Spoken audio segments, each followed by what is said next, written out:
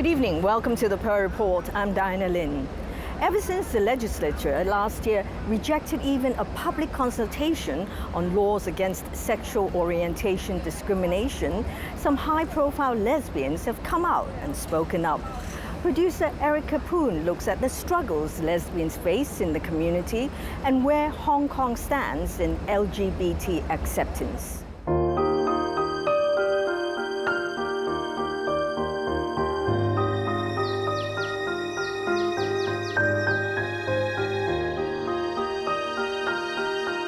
43-year-old Betty from France and 40-year-old Abby from Singapore, where the couple first met. Betty did PR and her company had posted her there.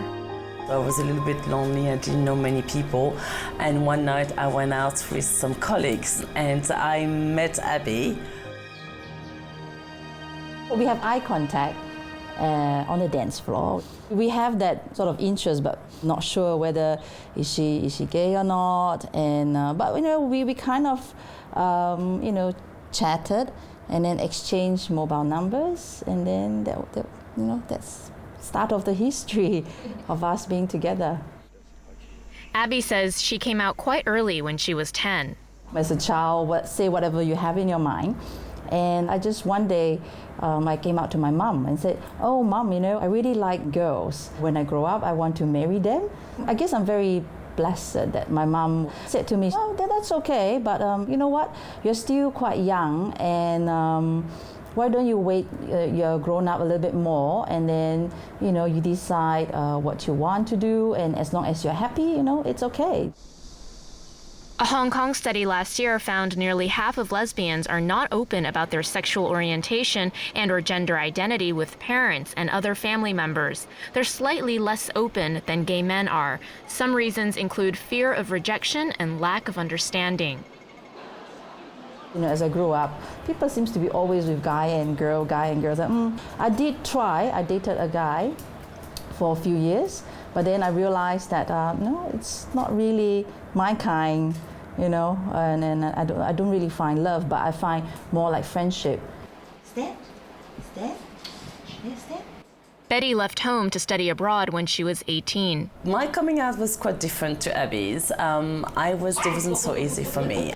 I dated boys, I dated girls, but I wasn't really sure of anything. And one day I did tell my parents I'm bisexual, and they were like, "Oh, okay." I wasn't living in the same country, so they just didn't have any proof of what was going on. Abby's technology company relocated her to Hong Kong in 2001. The following year, she and Betty sealed the relationship. When Abby and I decided to get married, so she went to France and she asked for my parents' permission to marry, which was incredibly sweet. The reaction was terrible. A lot of really terrible words were exchanged. Then I wrote them a long letter telling them that I don't want to go against who I am. That's it, and still love me. And it just took a while. It took maybe like 4 years or so. Betty and Abby tied the knot in Australia. Same-sex marriage is not legal there. It is technically a commitment ceremony. There was no legal ground to it. But we call it our wedding because a wedding is basically telling the world that you're committed in that relationship. In Hong Kong, they formed Les Pêches and organized monthly parties for lesbians, bisexual, and queer women and friends in 2006, and now have over 6,000 emails on their listserv. Betty says 70% are local Chinese, while 30% are expats. Are you enjoying the music? Coming out to the society is a little bit more scarier to me, I think, because I was afraid of all the judgment with more social gathering with friends. It helps. These events are important. We really need a person to stand up and unite us. What I know from Betty and Abby is that they've been working very hard in the last few years to create sort of like more of a lesbian community. France legalized same-sex marriage this past May. Betty, who is French, has appealed to the French consulate here in Hong Kong to get married, but has been turned down. The French consulate says, The Consulate General of France in Hong Kong only celebrates marriages between two people of French nationality, without distinction of sex. Abby is Singaporean, so the two cannot get married here. We are in a very committed relationship. Why give other people the rights to tell us that we cannot actually have that relationship? And we're talking about basic right. We're not asking for any special treatment. But Hong Kong seems far from ready. Last year, legislator Sid Ho initiated a motion for a public consultation on legislation against sexual orientation discrimination. Legislation against discrimination would definitely help to protect the LGBT sector from the sexual harassment in the workplace. That is only the one step forward. And of course, we are also looking for a bill to provide for the right to family or the right to marriage for the LGBT, so that every adult, whatever their sexual orientation, could form a family of their own and could enjoy the love and affection of their spouse. But many lawmakers and the government opposed the public consultation. We have to think carefully if it is a good time to launch a comprehensive consultation on the issue, especially for some highly controversial issues affecting the social structure, such as legalizing same-sex marriage. I think it is the administration that is not ready for introducing such a bill because of their fear and concern over losing support of the conservative sector, which is their main source of support.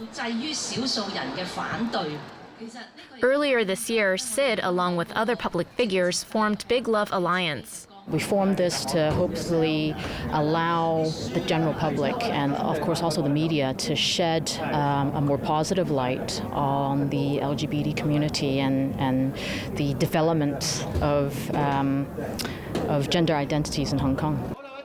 Gigi Chow made headlines last year when her father offered $500 million to lure a male suitor after she and her partner Sean sealed their union in a church ceremony in France. I guess I didn't know how to react. It's just a concept very foreign to the older generations.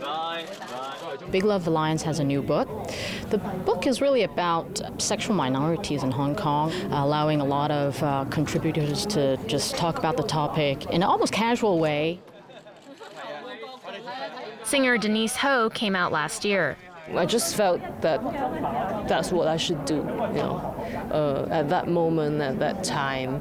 I was pretty lucky because the first few person that I told, they were quite supportive. And I think that if the first person that I told was very negative, it would have more negative effect on me and I wouldn't have been so open afterwards. I'm not sure if some people, because I came out that they I don't like you anymore. Well, that's okay, I think everyone has their option and their choices. After I came out, I received quite a number of emails or messages on Facebook and such. For example, there was a teacher who wrote to me and she said that in her environment she really cannot expose herself or her identity. Denise Tang researches lesbians and women with same-sex desire. I interview some working class lesbians, who might look a little bit more masculine. The harassment usually comes from other office workers, who look down on them. First, because they're poorer, that they can see them as not being able to climb up the ladder.